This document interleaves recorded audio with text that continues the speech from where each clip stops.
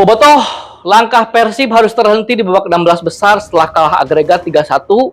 Persib menang 1-0 di GBLA itu tapi tidak cukup karena Persib butuh setidaknya 3 gol untuk memaksakan extra time. Memang ini tugas berat, seperti di konten prediksi, syarat Persib bisa menang itu harus mencetak gol cepat atau setidaknya di babak pertama bisa mencetak 1 gol. Dan Persib bisa mencetak 1 gol lewat Andre Yung dan menciptakan cukup banyak peluang di babak pertama, terutama di 15 menit terakhir itu Persib bermain sangat bagus. Tapi sayang kecerobohan dari William Barros di akhir babak pertama harus dibayar mahal. Karena dengan 10 pemain, Persib tentu cukup kebingungan ya. Di satu sisi ketika akan enjoy menyerang, tapi di sisi lain bagaimana counter Acaburi sangat luar biasa. Mereka cuma butuh 2-3 pemain untuk merepotkan lini pertahanan Persib. Tapi saya salut para pemain sangat berjuang, terutama Tom Haye luar biasa, fisiknya meningkat drastis. Para pemain juga terlihat determinasinya lebih tinggi, terlihat ngotot, terlihat pengen menang. Mereka mengeluarkan 100% kemampuannya. Beckham Putra luar biasa di babak kedua mengubah jalannya laga. Ya mungkin kalaupun ada yang mesti disesali, mungkin kenapa Beckham Putra nggak dari awal aja gitu ya. Tapi kan Coach Bojan pasti punya pertimbangan dan Dewangga yang kemarin ditampilkan juga tidak bermain buruk. Sebetulnya tidak ada yang salah dengan starting dan game plan Persib ya.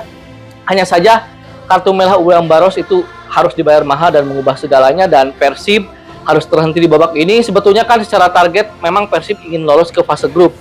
Karena memang sudah lolos ke 16 besar, tentu ekspektasi publik tinggi dan kapan lagi untuk menciptakan sejarah, sehingga ekspektasi publik tinggi Bobotoh ingin melaju ke babak-babak berikutnya dan manajemen juga nge-push pengen terus Persib ke babak selanjutnya. Tapi ya kita harus mengakui secara gentleman memang level Liga Thailand masih di atas kita.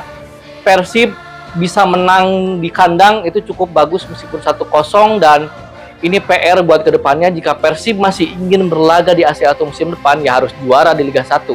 Sekarang mari fokus ke Liga 1, masih ada banyak partai yang mesti dimainkan dan ini menjadi satu keuntungan sebetulnya sehingga Persib hanya fokus di satu kompetisi. Mudah-mudahan para pemain sadar dan kembali mengembalikan mentalnya. Sebagai pemain profesional tentu tidak boleh berlarut-larut dalam kesedihan, kekecewaan. Dan kita sebagai Bobotoh harus dewasa. Apapun yang terjadi, Persib harus tetap kita dukung, harus kita doakan.